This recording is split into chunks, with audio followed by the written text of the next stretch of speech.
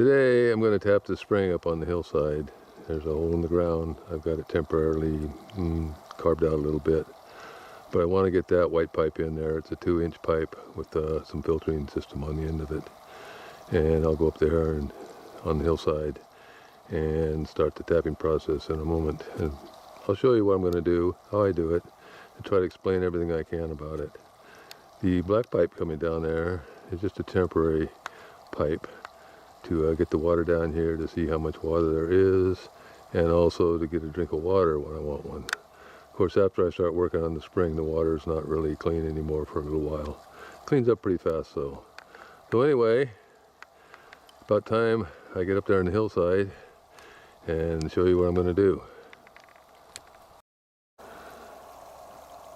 This is the spring I'm going to tap today from this angle. You can see it down here in this little ravine thing where water comes down when it really rains hard here. I'll show you that from another angle in a moment.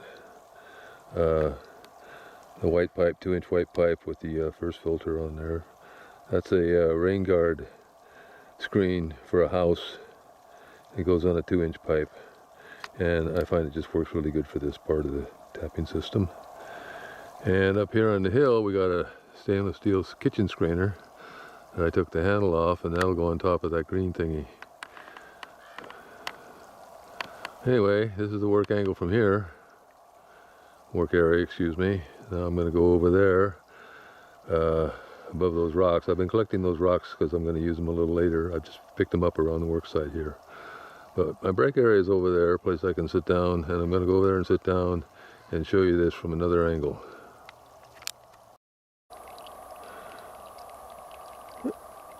Okay, I got that down here so I can sit and swat a few mosquitoes once in a while. There's a couple around here. But you can see the water coming out of the ground, spring coming out of the ground there, just to the right of that stick. It has a pretty good flow.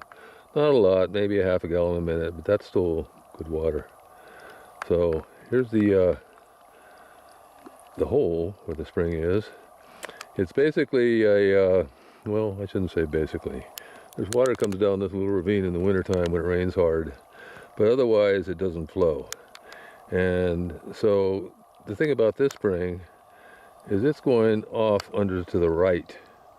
So what we'll do is we're going to make a little hole back there, maybe about the size of a bathroom sink, small one, to collect the water so we get off the main path a little bit. So you can see the overhang. We're going to go back in there to the right of the stick and make a little pool to put this tapping pipe in. There we have our tapping pipe, 2-inch, an elbow, and that thingy on the top is a gutter downspout filter for the top of a roof. 2-inch, you can get them at Home Depot. It doesn't cost very much to tap a spring like this. Mostly what you see there, and I gotta find it up here. That strainer is a stainless steel kitchen strainer that you can get at Walmart for, I don't know, under $20. I think it was $6 or $7. You basically, it's all stainless steel, so it's the cheapest way and easiest way to get something stainless steel like this. If you try to buy a stainless steel screen, it's very expensive if you can find it. So this is the way to go. Get one of these. Well, anyway, I'll show you a little bit more here. Now, when I was at the bucket there, the bucket's sitting on a big redwood root. It's at least 2 feet in diameter. It's above the spring, and it'll help protect the spring too. But it comes from this redwood stump up here and the redwood trees. The redwood stump was cut before 1900, and when you cut a redwood tree down, it regrows around the side with more redwood trees. You almost can't kill them. But anyway, it has all kinds of roots going down through here. And that's one thing we need to try to protect ourselves from, is roots getting in the spring. And the best way to do that is to get some blue clay or clay like it that's stiff and put it on the bottom in your sink, and then put the screen over it. The roots won't go through the screen. The screen's too small, and the roots don't like to go through blue clay. And it's the best way I've seen to keep roots out of your main thing from plugging your system. But anyway, if you don't have that, you do what you do. And one thing nice about this spring, it's easy to get in and clean it out if you need to get into it. If you do it right, you should rarely have to get into it. Anyway, one more shot up the hill here. there's up the ravine. Some more redwood stumps up there. And I'm basically in a redwood forest here. I won't use that word basically too often, I think. But anyway, I'm in a redwood forest. I have a road that runs right below here. And my idea is to put this spring down to that road. So when I come by here, I can get a drink of water. And there'll be water here for the animals and the birds. So it's not really for the house or a house, just for the wildlife and me and you. Okay, let's get to it. This is the hole on the side of a hill where I'm going to tap a spring. It's coming out of the side of the hill, just on the right side of that stick. And the idea is to get that water into a piece of pipe. That's what we're going to do. Tapping Springs by Bob's Eyes.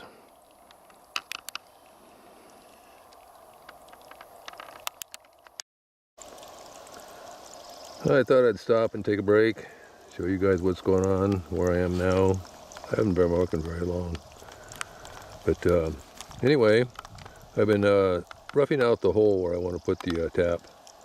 So again, there's where the water's coming in the hill to the right of this ditch.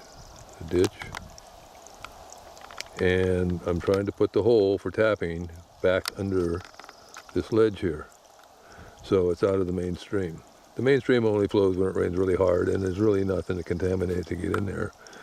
But I don't really care too much because this is just for a drink. If it was for a house or something like that, it might be better to go back in another foot or so. As it is, I'm going to go another 8 inches. The further back you get away from this main stream, the more sanitary tap you have. But up here in the forest, there's really nothing to pollute it. So anyway, right now, my next step is to move this puddle back another 8 inches so I'm further under the ground, or further deeper into the ground. So what I'm going to do is take that part out where all the water's flowing over the rocks and make that pretty much straight up and down. That way my main tap will be a little further back there.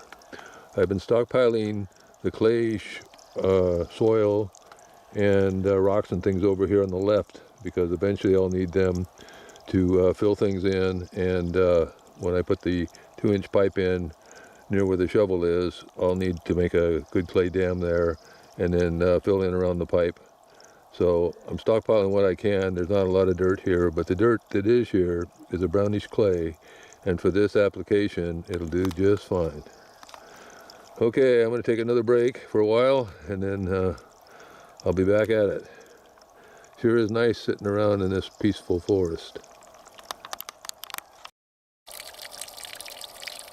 So I've been digging and had a good break, thought about what I need to do next.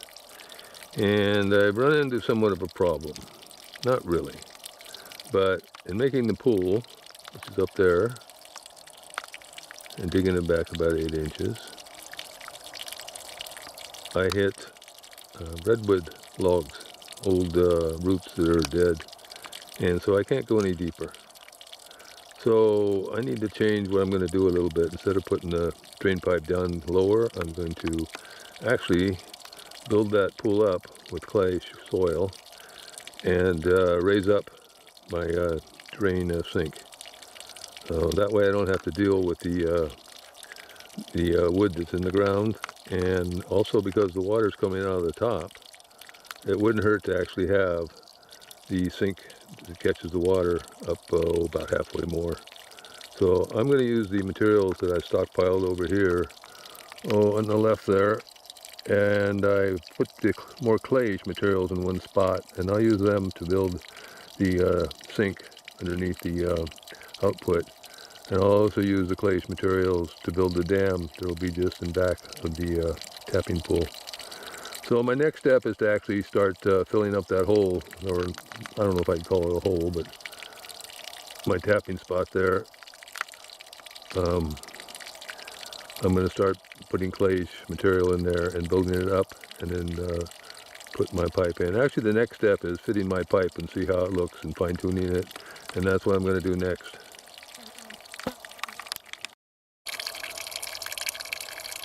I just put the drain pipe in the hole with the filter on it, the green filter. And it actually looks really good. I could use a little adjustment. If you can see back here, just over to the right of the green thing, I need to take a little dirt out so I can put some rocks around it. And then I'll fill in underneath of it with clayish material and build a sink around it that slopes up. We don't want any puddles from the spring in our drain procedure, which I'll emphasize later as we go. It's really a key point. So anyway, here we are with this fit. I need to adjust it a little bit, and then I'll start building the clay sink and dam. Isn't that a nice sound? I'm out here in the forest all by myself. Real peaceful day. The people are burning up down in the low country.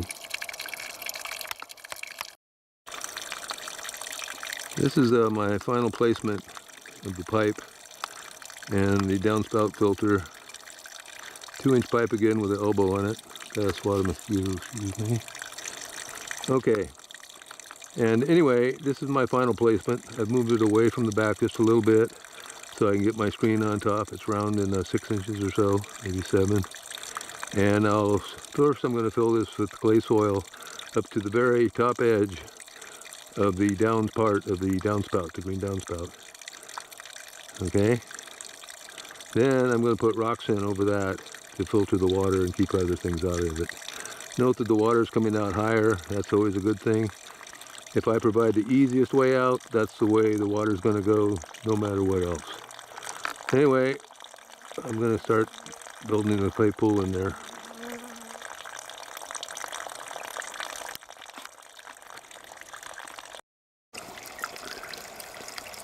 Okay, I've been working on making the little sink. Here's how it should look. It's not finished, but notice that the filter doesn't have a big puddle of water around it. There's going to be a screen goes over the top of that, the kitchen screen. So if there's a little puddle, it's okay. The idea of this whole thing is don't puddle. As little puddling as possible. Also notice there's no big puddle there. A big puddle is just for places for contamination and critters to get into. So when we're done here, they won't be able to get in there that easy. So the next step actually will be to go get some clay and put around there and build it up a little more, and then put the screen on and the rocks and cover it up. I may go look for some clay today, or maybe not. I'm going to work on this just a little more to tidy it up.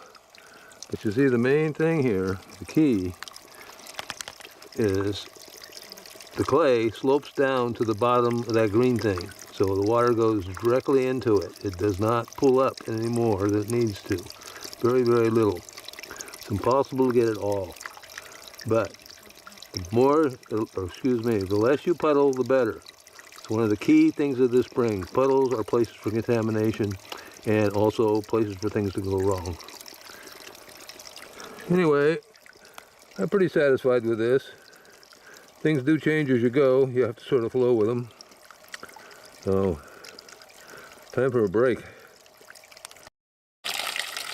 So I came down to the output to get a drink of water, and maybe I'll measure it too. I got a 1 gallon can over here. But anyway, I'm getting a drink of water first. Makes a nice sound. It'll probably attract animals and birds from a long distance away.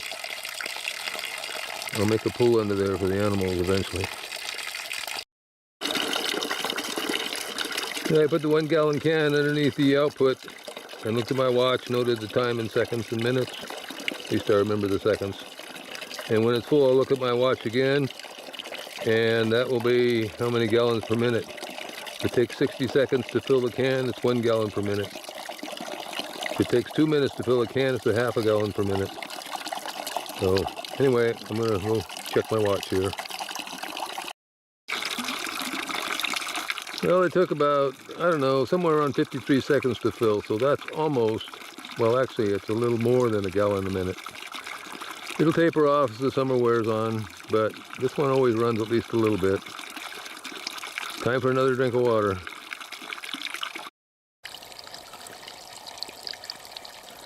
This is where I left off yesterday. I've formed the sink where the green thing is to catch the water. There's no puddles in there hardly at all. I've made a little dam there to keep this drainage ditch out of it in the wintertime. If it does rain hard enough, it might run a little bit. For the water itself coming out of the spring, I've made a little spillway there in the dam, and the spillway only needs to be 6 inches above the bottom of that green thing. But this is about 10 inches, just the way it worked out. And I also decided not to use the blue clay because this isn't for a house, and I'd really like to see how it works with this. This is just dirt with clay in it, and rocks and gravels that I dug out to make this thing. Around springs, usually the dirt has quite a bit of clay in it. So since this isn't for a house, it's just for to get a drink and the animals and the birds, I thought I'd try it this way. So I got lazy and didn't get the blue clay, although there is some clay in there a little bit to the right side. So the next step is actually going to be to put this screen, this kitchen screen, stainless steel, over that green thing and then start to rock it in. And I'll show you what that entails as I go.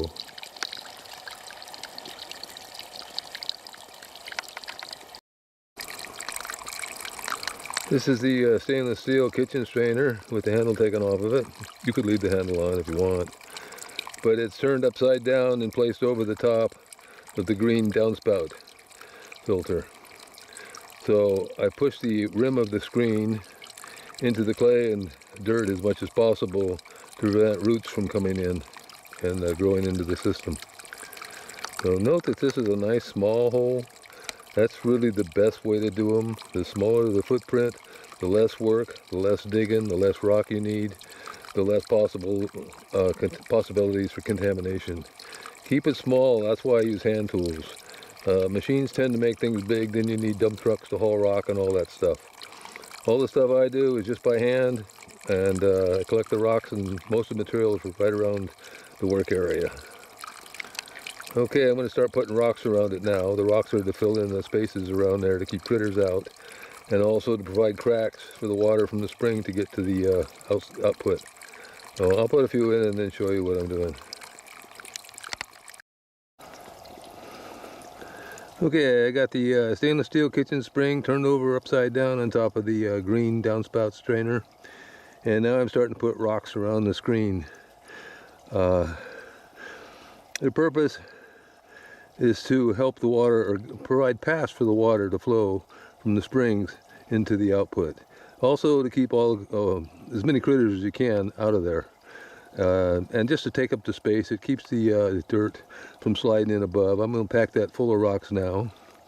I've used these smaller rocks so far, mostly because that's all the room I've had in there to work, which is nice. Nice small footprint. But as I get out further, I'll use bigger rocks, and I'll try to fill the void, the whole hole up with rocks, so if something moves, it isn't going to move very far. You can see some of the water coming down there, and it's running in, well, through those rocks, down in the screen and out the output. Anyway, I'm going to continue to gather more rocks and pack that in with rocks. The next time you see it, it should be full of rocks. Well, I've got some more rocks in there. It's not full yet. I'm going to fill it all the way up so it'll keep the top stuff from sliding in and help protect it. Notice I haven't used round rocks. I don't prefer the round rocks because they have too big of spaces between them. These kinds of rocks minimize their spaces, and they're pretty easy to find. You can buy them if you want, but I use a multitude of sizes of them. These ones are probably anywhere from 1 inch to 4 or 5 inches. This is a very small tap, so I use smaller rocks. And anyway, I'm going to probably start using bigger rocks and fill in the cavity all the way up and down to the dam.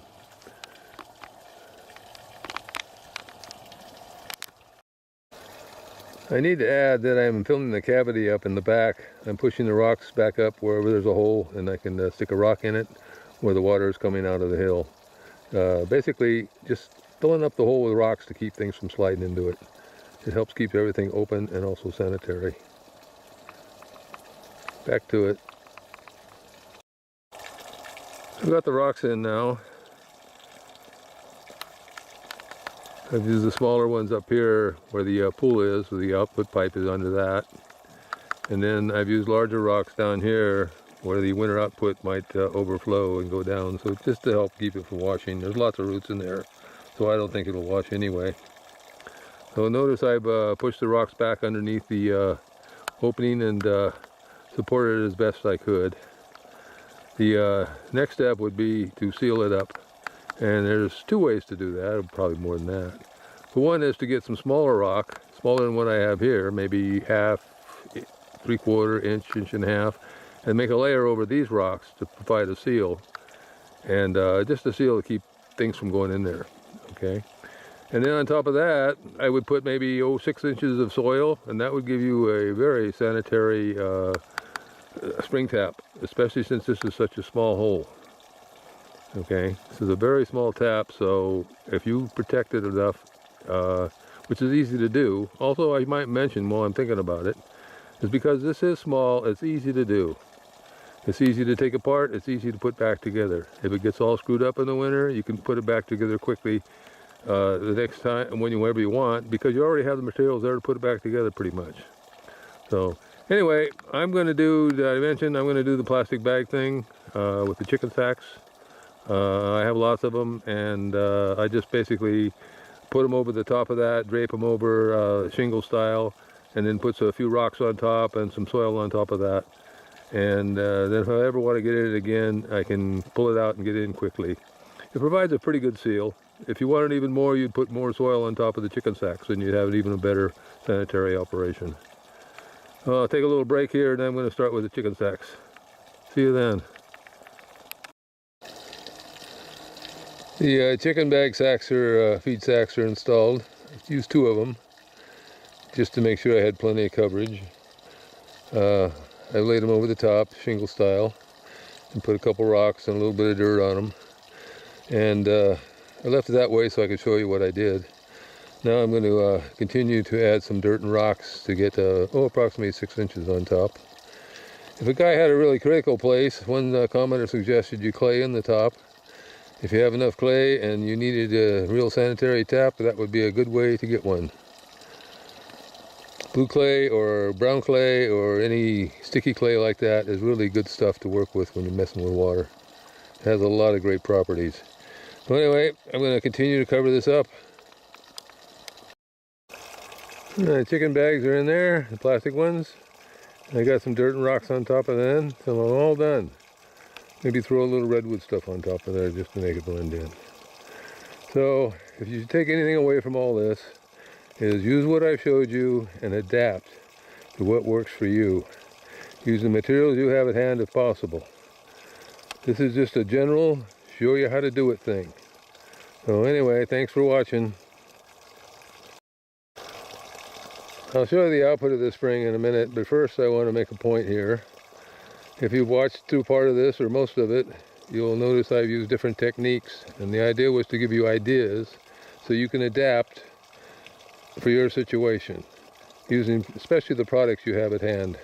But don't be afraid to substitute things. I've tried to tell you when things I use are the best, but do what you have to do to get water. So now I'm going to go down and we'll take a look at the output.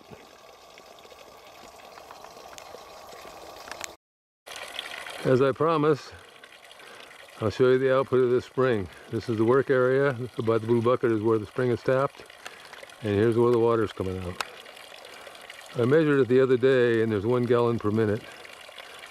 That's 60 gallons per hour times 24. And it's not a great deal of water, but if you don't have any or you need some, it's a lot of water. Anyway, time for a drink of water. Listen to that. The birds can hear that from miles, come to get a drink, and so can the wild animals. Let's get that drink.